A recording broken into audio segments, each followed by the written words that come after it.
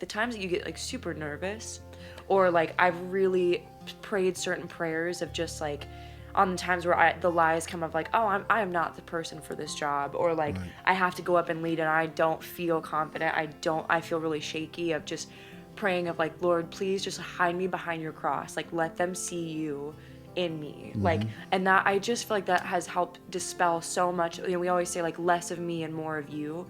And I've found with certain people, like pastors leading people in their lives, that like they're like, oh my word, they're just so confident, and they know who they are and stuff. And if you really ask, for the most part, in a really centered person, I just feel like the answer is, well, like I love Jesus and I found my identity in Jesus. Good morning. I'm Pastor Adcock, and this is Miss Darby Bell Adcock. How we doing this morning, Darby? Good morning. I'm doing wonderful. Good. I don't know if you can see it, but her coffee is here on the right-hand side. Don't you worry. I'll make sure you see it. Okay. It has a lot of foam on it today. It does. I have a, what is it, a milk frother. Oh, So okay. I put a little cinnamon on top today too. Man, it is happening at the Adcock household. Yes, it It is. is quite the coffee day. You know, coffee is something strange because I love the smell of it, but I haven't acquired a taste for it yet. So if I drink coffee, it'll be Coca-Cola. There you go. I'm always so confused when people are like, oh, I have my like Dr. Pepper in the morning or my Coke. I'm like, what do you mean? I'm like, Yeah, I know. And I guess coffee does sound better for breakfast, but I've known people drink coffee almost 24/7. I can't. Well, I've gotten some thicker coffee, but if I drink like, like the diner coffee that they like, they always refill and stuff, it's so weak that I do feel like I'm always dehydrated after that. So I can't drink that all day. Okay. But I try to do like with a good cup of coffee, 1 in the morning. If I'm exhausted, maybe 2, and then I'll have one at like 3. Okay. All right. Well, good deal. So we're into the second Sunday of the year already. I'm in the second part of a series called Blessed to Bless. I don't know if you were there the first week. You were there the first week. Yes. Yeah. Yeah, you were there, and I don't know why I was thinking maybe you weren't there, but I think the time before. okay. Man, I feel like with the holidays that like I feel like we've just like recovered, and it's Well, like, when was that? In our church too, we went from 2 services to 1 for New Year's Day and Oh, Christmas. So get a little confused sometimes about who's there and who's not there. Usually, you think it'd be different having, having 2 services I know. and not being able to keep track. But I do better keeping track with 2 than I do with 1. So I don't know. We'll see how that goes. But so this has been second week in Matthew chapter 5. Blessed to be blessed. We've looked at 2 aspects. First week we looked at it begins from the inside out. And then that was kind of the Beatitudes, Matthew 5, 1 through 12. And then yesterday we looked at verses 13 through 16. And we says it continues through, we have to believe what Jesus says we are. Yeah. And we have to believe who we are, who Jesus says we are. And even before we kind of dive into that, I just want to go back because I think when you had talked about it begins from the inside out, I took a few notes yesterday.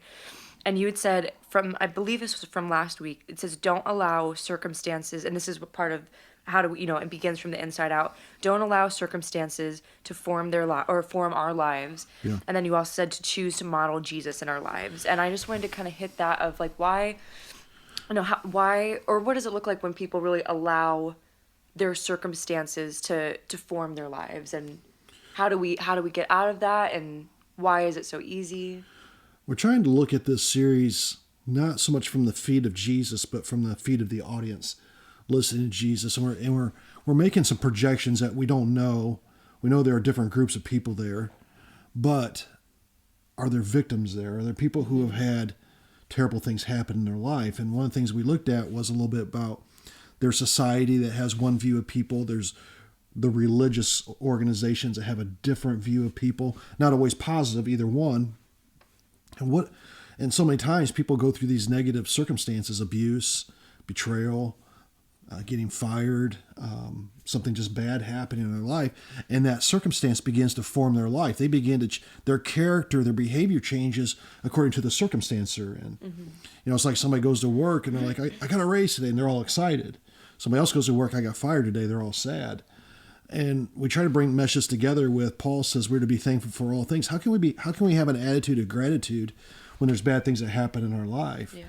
And the only way to do that is not to allow circumstances to control us, but to be allow the idea of being modeled by Christ to control us. Yeah. And before I do have a thought, but when you said all the people that are here, can you just set up the scene? I know we're in Matthew, Yeah. but you're saying that people might be victims who are there. Right. What they're seeing. So in Matthew 4, verse 23 says people came from Decapolis, Tiberias, Jerusalem, Judea, Galilee, from all areas around the Sea of Galilee. And obviously, if you look at the Sea of Galilee today, it's not, as far as things have changed around there, but there's still no houses around the Sea of Galilee. They don't do that like our culture does. So this is at the Sermon on the Mount. Yes, a Sermon of the Beatitudes. Okay. And so we kind of have Jesus looking down into the Sea of Galilee and the people looking up to Jesus as he's speaking from the top of a mountain. And the Sea of Galilee, and if you remember being there, we had Tiberias this way, we had Decapolis this way, and, Decapolis was pagan. Tiberias, I don't remember if it was Herodian or Zionist, but, we went through all those different things, and that's what Matthew does. He said all these people came from these areas, Decapolis, Judea, Jerusalem, and the surrounding areas. And I thought, man, anytime you get people together, you got people who have problems. Yeah. And so what kind of problems would they had? Well, they would have problems with the Pharisees and the Sadducees. They would have problem with Rome as far as the social network goes. So they're sitting at the feet of Jesus, listening to this man who's bringing hope, and at the same time wondering, how does this hope help me? Mm-hmm. And so we're trying to, at least I'm trying to do, is trying to answer the why question. Mm-hmm. And you're not going to never be able to answer the why of why this happened. Why did this abuse take place in your life? Why did this betrayal take place in your life? Can't answer that. All I can say is, what is the why of what Jesus is doing in that situation? And that's what we're trying to kind of grab a hold of. And I love what you said yesterday too, of just that there had to have been victims in that group, because not only were they dealing with the Pharisees and the Sadducees, and they were dealing with the social aspects of Rome. Let's zoom in a little bit more. So what is, we've talked a little bit here and there of the women and the culture of at that time, what women had were really just, they didn't have a voice. They were property. And I don't even know, with Rome, let's zoom in a little bit more. I mean, abuse had to have been there of I just can't imagine of women taken advantage of, or kids taken away, or just think of how brutal Rome was.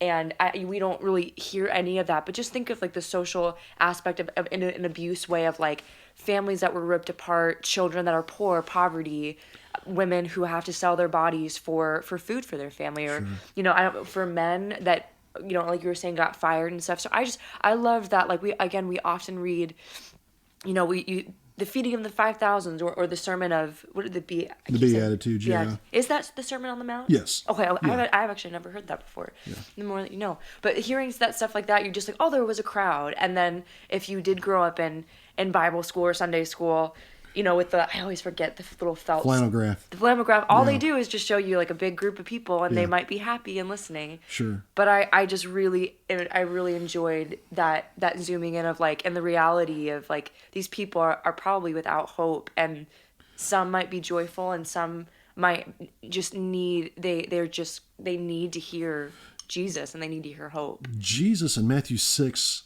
later on in Matthew chapter 6, is going to speak to something you just talked about. And there was a law that the Romans had picked up from the Babylonians. And the law of the Babylonians was if a soldier was on a king's business, that he could grab anybody he wanted, man or boy, and they would have to carry his military bag for 1 mile. After 1 mile, the bag would be put down and the boy could return home, or the man could return home. Well, Rome came in. They said, we love this law, but we're going to change it. Mm. So when the bag gets down, that soldier can say, pick it up again, and they have to go another mile. Mm. Comes, picks it, puts it down, pick it up, go down another mile. So what does Jesus say? Jesus said, I say unto you, when someone asks you to go a mile, go 2. Mm. And he just blew the people away, because they're saying, wait a minute, this was a law the Jewish people hated, because you think about this could have separated boys from their homes or men from their homes for long periods of time as they're carrying a bag for a Roman soldier across the Roman Empire. Yeah. And it was just a horrific law, but that's one of the laws, that's one of the abuse things that kind of you're talking about from the social avenue of what took place during that day.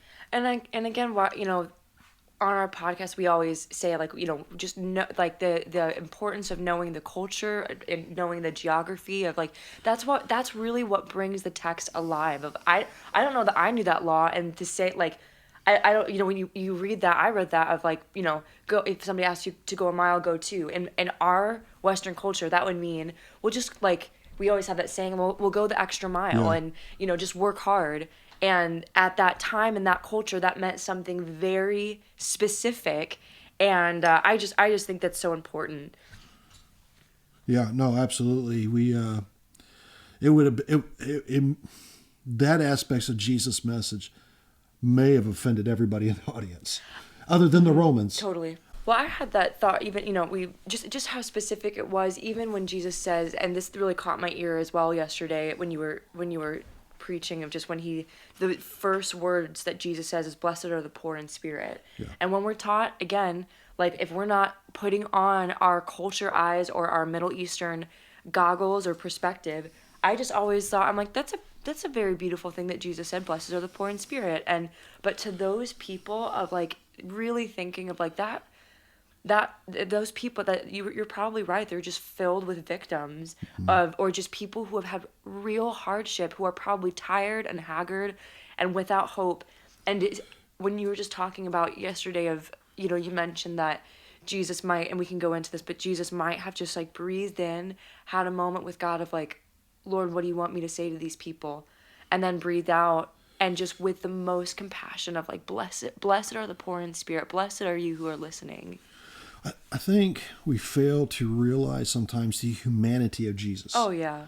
Because, yes, Jesus was all God, but he didn't tap into the deity every single moment of his life here. He walked with his disciples. He didn't float and walk on a cloud. He got hungry. He got tired. He had these moments of humanity. And the scripture says, when he saw the multitudes, he went up into the mountain. And when he was set, and I've always, okay, what does it mean when he was set? Does that mean he's ready now to teach, preach? Yes, but what if it had to do with prayer? What if it had to do with just taking a moment to breathe in this moment, because he's going to introduce his ministry? You think about, we're kind of getting into the hot debates now of who's going to be running for president in the next couple years, especially from the especially from the Republican side. And whoever that may be is not the issue, but the issue is going to be this: they're going to have a platform, and their first message when they say, "I'm running to be the president of the United States of America," is going to be huge, because they're going to set forth their idea of what a presidency would look like under his or her role. And so here's Jesus, and he's like, "I am," and obviously, outside of the woman at the well, he hasn't really came out and said, "I am the Messiah." Now, he has taught and he has preached and he has healed people, but this is the first mass audience he's had. What's he going to say? And the first thing he does is, "Blessed are the poor in spirit, for theirs is the kingdom of heaven." And it's this idea, like, and I thought about this, was Jesus looking at someone specific who felt that they were poor in spirit, or felt like they were the one who was mourned, or felt like they were the one who was meek? And Jesus is emphasizing, because we one of the things we did is we said, okay, we understand hope, but what does hope understand about us? Yeah. And if Jesus is this hope, it's almost like Jesus there said, "Okay, I see you're poor in spirit. Yours is the kingdom of heaven. I see that you're mourning. You will be comforted. I see that you're meek. You're going to inherit the earth. I see that you're a peacekeeper. You'll be called the children of God." And over, and it's just like, people are saying, like, "Oh, this is what this is about." And there's this hope that just continues. Jesus was flaming the hope, the flames of hope. And I mean, that's just so huge. And again, we're zooming in on the text, and I've really never looked at this passage this way. And even as we're talking, I'm like, oh my word, because when you can't help it when we're in just our American Western culture, and you read it, it's "Blessed are the poor in spirit," and you're like, oh, that's like I almost thought that was just like you hear it and you read it as a blanket, like kind Poetry. of a blanket it's just kind of like, I've just never thought of, like, when you're listening to a speaker or somebody that, or even a pastor, of, like, people that you're listening to, and they look right at you, and it's like, I see you. I see that you're poor in spirit. And I just thought that's such a new thing for me, of, like, he's talking to individual people and to the masses at the same time. Yeah. You know, preaching on Sunday mornings, you have a vast audience of people who have different walks of life, who have different issues happening in his or her life. And Sunday mornings, it's not easy to say, you know, I know you're going through a hard thing in your marriage right now, or I know your child has rebelled. We don't do that so much on Sunday. But I was doing a divorce recovery workshop once, and we went in and I said, "Hey, listen, I know you feel betrayed, or I know you're the one who did the betraying." You know, and we just had different characteristics there that because it was a more specific audience, and there was an immediate feel from the audience of like, I'm connecting with you because you are touching an area of my heart that's very sensitive. And I think that's what Jesus was doing, because Jesus, although all human, yes, he was also all God. And I think he could see people as God saw them. And that would be our hope as well, is that we could see people as God sees them, but definitely Jesus did. And he could detect those who had the blesseds. And that's where the word beatitudes come from, blessed attitude. I didn't know that. Yeah. Did not know that. So, learn all kinds of new things. I know, so, and on this podcast, yeah, learn about coffee, learn about Sermon on the Mount. Yeah, and so we looked at the Beatitudes as if, okay, what does it mean again? a blessed attitude. A blessed attitude. Yeah.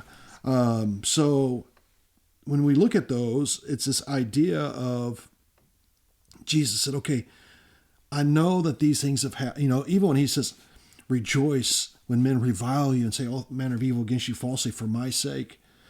Jesus like saying, I'm identifying with your circumstances. I understand why you mourn. I understand why you feel the way you do. But let me help you start from the inside out, looking at this differently. Yeah. And so, blessed are those who mourn. You're going to be comforted. Or, hey, yours is the kingdom of heaven, and you should be called the children of God, or you shall see God. And we have these beautiful outward things that Jesus talks about, but it all starts with us making a choice coming from the inside out. Yeah. So that was kind of the gist of that whole idea of that first part.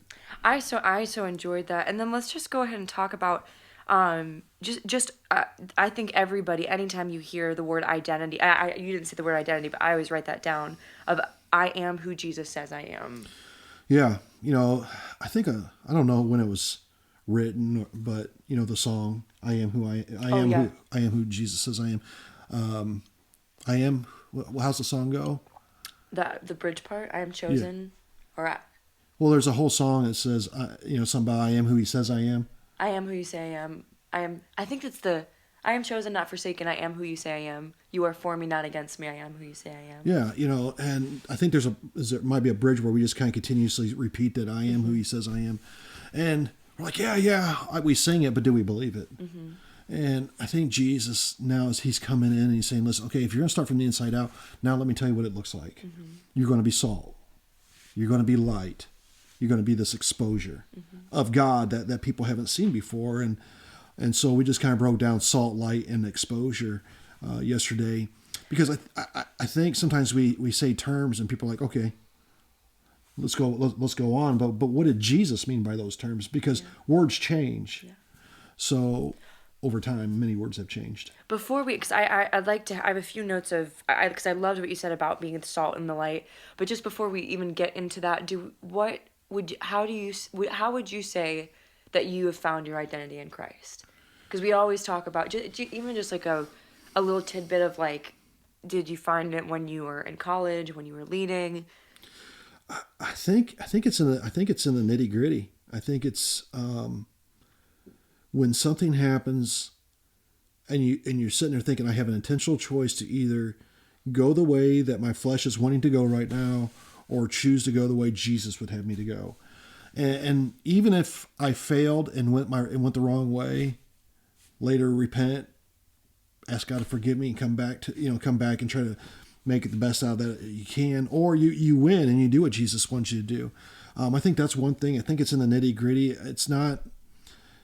There's no perfect life. There's no perfect situation where people where people just everything falls in place. Now, some people may say, "Well, now my life is all falling in place," and that's great if people feel that. But that doesn't mean bad things haven't happened in his or her life. And what do we do with that? How do we handle that? And I think that's a big indicator.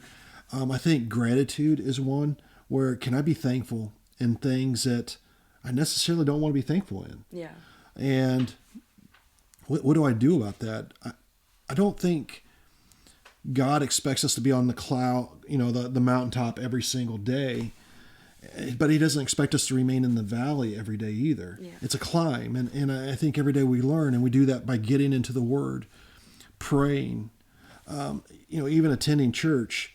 I've heard preachers say in the past that if you'll be in the Bible every day and you pray routinely and you're in the house of God, let's say 4 to 6 times consecutively, 4 to 6 weeks every Sunday, it's not that the problems are going to reside in your life. It's just going to have a different approach to those problems as a result of how God is dealing with you. Yeah. And so that's been some of the ways I have. What about yourself?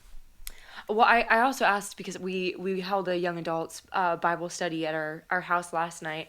And, anytime you're in high school, middle school, high school, you're dealing with like young people or youth and young adults.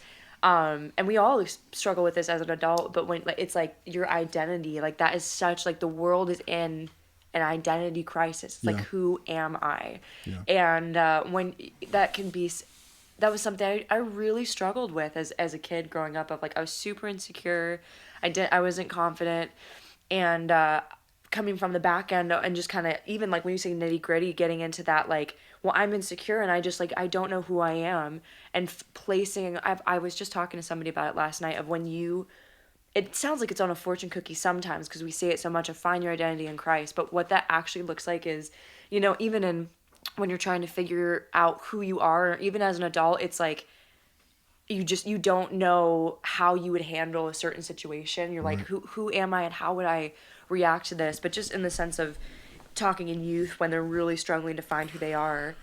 Well, I'm sorry to interrupt you, but you're in a young marriage. I would be in a marriage that would be considered, I don't want to say old, but we're in kind of a unique territory with some is that we hit the 30-year mark. Mm-hmm. Well, you haven't hit 2 yet. Yeah. But there are moments even being married at 30 years, I'm sure is the same as true being married under 2, where our spouse may do something and the first thing we want to do is snap back. Mm-hmm. And is that what something Jesus would, and God's even used that in my life because as a husband, he says, love your wife as Christ loved the church. And I'm like, I don't always do that. Yeah.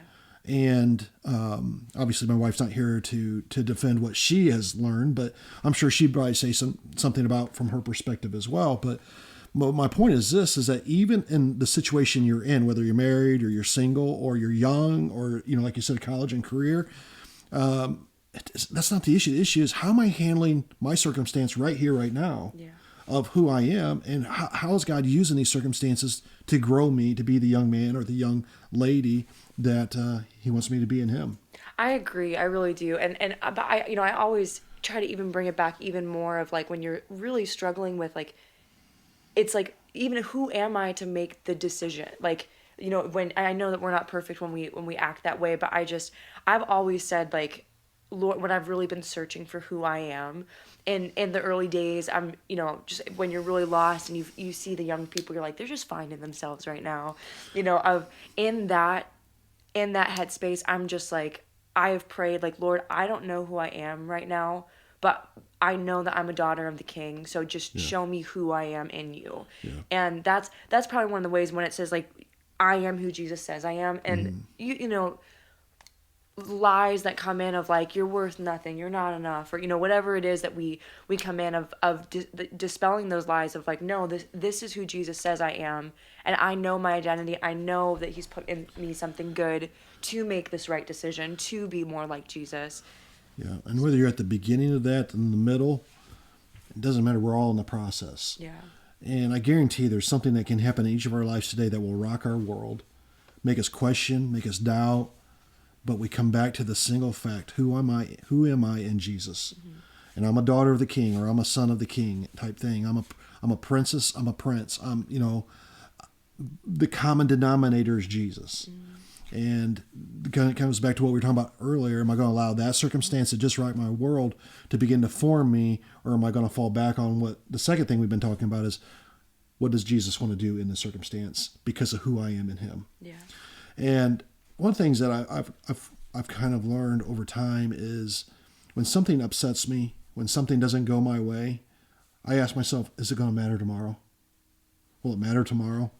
And this has stopped a lot of fights from happening that no one even knew would be a fight, because I'm just like, does this really? And obviously not saying this out loud, I'm saying this in my mind, but I'm just like, does this really matter in the big picture? And most of the time, no, it doesn't. So it's just like, okay, don't make a big deal of something that's not a big deal. And I'm just talking about personal things. I'm not telling what people to do, but that's another thing that God has done too. It's like, hey, James, is this going to matter tomorrow? Is this going to matter next year? Are you going to even remember this? Yeah. And I'm like, oh man, I know I will remember the fight if a fight happens. Yeah. But if it never happens, will I even remember being upset about something that wasn't a big deal? Yeah. So. And one of the things, if I can just share, we're just taking turns, but I'd like to talk about this in a worship thing too. But even, for those of you who aren't listening that may be leading in certain areas or something that finding my identity in Christ and I am who Jesus says I am, of like the times that you get like super nervous or like I've really prayed certain prayers of just like on the times where the lies come of like, oh, I am not the person for this job, or like right. I have to go up and lead and I don't feel confident. I feel really shaky of just praying of like, Lord, please just hide me behind your cross. Like let them see you in me. Mm-hmm. Like, and that I just feel like that has helped dispel so much. We always say like less of me and more of you. And I've found with certain people, like pastors leading people in their lives that like, they're like, oh my Lord, they're just so confident and they know who they are and stuff. And if you really ask for the most part in a really centered person, I just feel like the answer is, well, like, I love Jesus and I found my identity in Jesus. And when we become less of us and more of Jesus, that is when we truly find out who we're created to be and who we are. I feel like it's a whole topic and in itself anyway. Yeah, it is. And it'd be interesting to hear from people listening to this about how they're finding their identity in Jesus. Mm-hmm. I mean, this is next steps. And one of the goals is not just to review what happened on Sunday at our church, but also to help people with next steps. And I think this is a great next step for people. Is like, okay, what am I allowing Jesus to do in my life to be more like him? Or am I, on the other hand, allowing my circumstances to kind of dictate who I am? Yeah. We get up, it's raining out, we're in a bad mood. We get up, the sun's out, we're in a really good mood, especially now in January in the state of Indiana. But why does that control my emotions? And what if I just got up every day and said I'm a son or a daughter of the King, and that began to control my emotions? Yeah. And I think that's probably where our next steps probably should be at, is like just respond to this underneath this video and just say, hey, here's where I'm learning, or here's where I'm struggling. I mean, let's be honest. Not everybody is on it day after day. There's struggles each day to serve God. That's why it's called discipline, spiritual discipline. So, but I think if we have these next steps toward this, it'd be great. Yeah, no, I agree. So I'm Pastor Adcock with Miss Darby Bell Adcock, and we want to thank you for listening. Hope to hear from you and read your comments a little bit down the road. Yeah. Have a great day.